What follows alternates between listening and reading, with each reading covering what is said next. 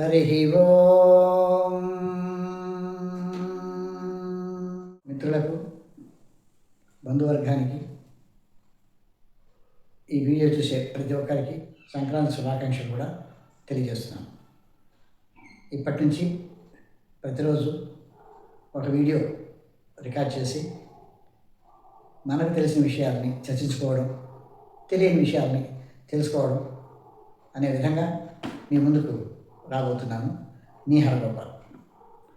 ఇప్పుడు ఈ రోజుకి మొదటి వీడియో కాబట్టి ఈ రోజుకి ముఖ్యంగా మొదట మనం ఆది పూజితుడు అని చెప్తుంటాము. ఆది పూజితుడు అయినటువంటి వినాయకుడిని, ఆ యొక్క దైవాన్ని గురించి కొన్ని విషయాలు తెలుసుకుందాం. వినాయకుడు అనే విషయానికి వస్తే నవవిధ గణపతులు అని కూడా మనం తెలుసుకోవడం. ఈ నవవిధ గణపతుల్లో ఒకరైనటువంటి లక్ష్మీ గణపతిని మనం ఈరోజు తెలుసుకుంటాం. లక్ష్మీ గణపతి అంటే ధన విషయంలో, ధన సంపాదన విషయంలో ఎలాంటి చిక్కులు కలగకుండా ఉండేందుకు మనం అటు లక్ష్మీదేవిని ఇటు గణపతిని పూజ చేసుకోవడం ఎంతైనా శుభకరం. అలాంటి లక్ష్మీ గణపతి గురించి తెలుసుకోవాలంటే పురాణ శాస్త్రాల ప్రకారం శివపార్వతులకు సంతానం ఉంది, అలాగే సరస్వతి బ్రహ్మలకు కూడా సంతానం ఉంది. కానీ సంతానం లేనిది విష్ణువు, లక్ష్మీదేవికి. ఒకనొక సమయంలో లక్ష్మీదేవి తన సహచరులైనటువంటి పార్వతీ సరస్వతులను ఈ విధంగా నాకు సంతానం లేదు కదా, మరి నాకు సంతానం కలిగే ప్రాప్తం ఎప్పుడుంటుందో ఏమో అని బాధపడుతూ ఉండేటప్పుడు విష్ణు యొక్క సలహా మేరకు మనము దత్తత తీసుకుందాము ఒక అబ్బాయిని ఎవరైనా అని సంకల్పం కలుగుతుంది. అప్పుడు లక్ష్మీదేవి ఎవరినో ఎందుకు దత్తత తీసుకోవడం, మన సహచరులైనటువంటి పార్వతిని అడుగుదాము.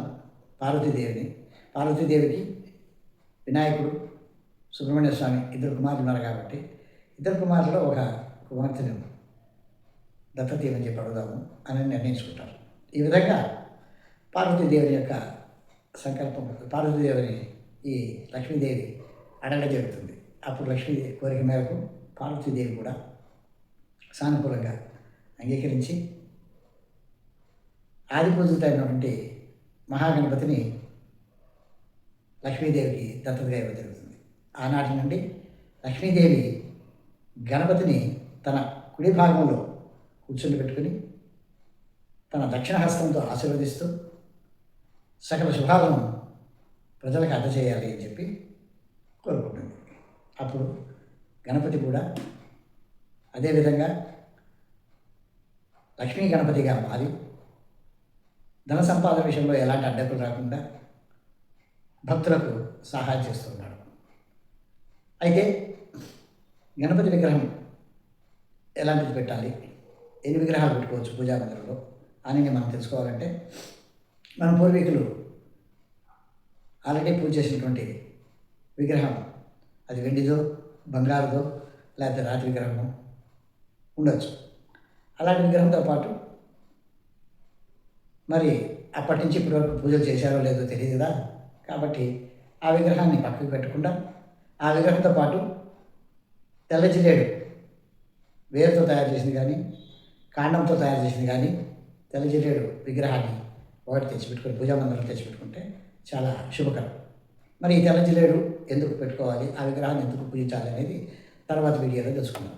రెండు విగ్రహాలను ఎందుకు పెట్టుకోవచ్చు అని అంటే శివుడు అభిషేక ప్రియుడు, అలాగే విష్ణువు అలంకార ప్రియుడు, మరి సూర్య భగవానుడు నమస్కార ప్రియుడు, మరి గణపతి స్తోత్ర ప్రియుడు. కాబట్టి మనం 2-3 విగ్రహాలు పెట్టుకుంటే, 3 విగ్రహాలు 4 విగ్రహాలు ఉంటే పూజా మందిరంలో ఉంటే అన్ని రకాలుగా స్తోత్రాలు చేయలేం కాబట్టి 1 లేదా 2 విగ్రహాలు పెట్టుకోవడం క్షేమకరం. ఇక విగ్రహం ఎంత ఎత్తు ఉండాలి, ఏ సైజులో ఉంటే విగ్రహం బాగుంటుంది అనేది తెలుసుకోవాలంటే శిల్పశాస్త్ర ప్రకారం ఆ యొక్క ఇంటి యజమాని శిఖరహస్తం అంటే నాట్యశాస్త్రంలో ముష్టి, శిఖర అనక అంటే శిఖర అంటే ఈ ముష్టిలో నుంచి బట్టబెల్లి పైకి లేపితే శిఖరహస్తం అవుతుంది. ఈ శిఖరహస్తానికంటే ఎక్కువగా విగ్రహం ఉండకూడదు. ఈ శిఖరహస్తం కంటే కొంచెం తక్కువగా ఉండే విగ్రహాన్ని పూజా మందిరాల్లో పెట్టుకుంటే ఎలాంటి ఇబ్బందులు, ఎలాంటి లోపము ఉండదు.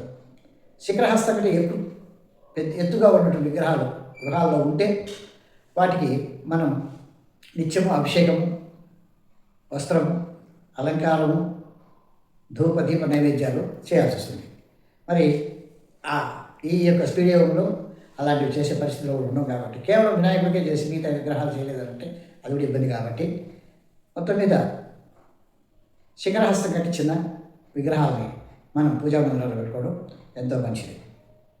ఈ లక్ష్మీదేవికి మన పూజా మందిరంలో వినాయకుడిని ఎక్కడ పెట్టుకోవాలి అనేది కూడా తెలుసుకుందాం. లక్ష్మీదేవి తన దక్షిణ హస్తంతో వినాయకుడిని ఆశీర్వదిస్తూ ఉంటుంది కాబట్టి, ఆయన ఆశీస్సులు మనకు ఉండాలి కాబట్టి మనం కూడా లక్ష్మీదేవికి కుడి భాగంలో వినాయక విగ్రహాన్ని నుంచి మనం పూజ చేయడం క్షేమకరం. ఫర్ ఎగ్జాంపుల్, ఏ గుడికన్నా వెళ్తామనుకోండి, అక్కడ మన ఎంట్రన్స్లోనే వినాయకుడు ఎడమ చేయి పక్కుంటాడు, అంటే అమ్మవారికి కుడి పక్కుంటాడు. అలాగే ఒక వినాయకుడి గురించి ఇటుపక్క వినాయకుడు, ఇటుపక్క సుబ్రహ్మణ్య స్వామి ఉండే విగ్రహాలు ఉంటాయి. కాబట్టి ఎక్కడ చూసినా కానీ మూల విరాట్లో ఏ దేవాలయాల్లో కానీ ఒకవేళ లక్ష్మీదేవి గుడికే పోయినామనుకోండి, లక్ష్మీదేవికి కుడి భాగంలో వినాయకుడు ఉండే ఆనవాయితీ కూడా ఉంది. ఇది దేవాలయ శాస్త్ర ప్రకారం కూడా అలాగే నిర్మాణం చేసుకుంటారు.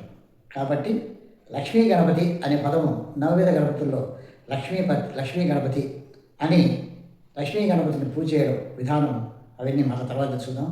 లక్ష్మీ గణపతి యొక్క ఏ విధంగా లక్ష్మీ గణపతి అయినాడు అనేది ఈరోజు తెలుసుకున్నాం. కాబట్టి హరి ఓం స్వస్తి.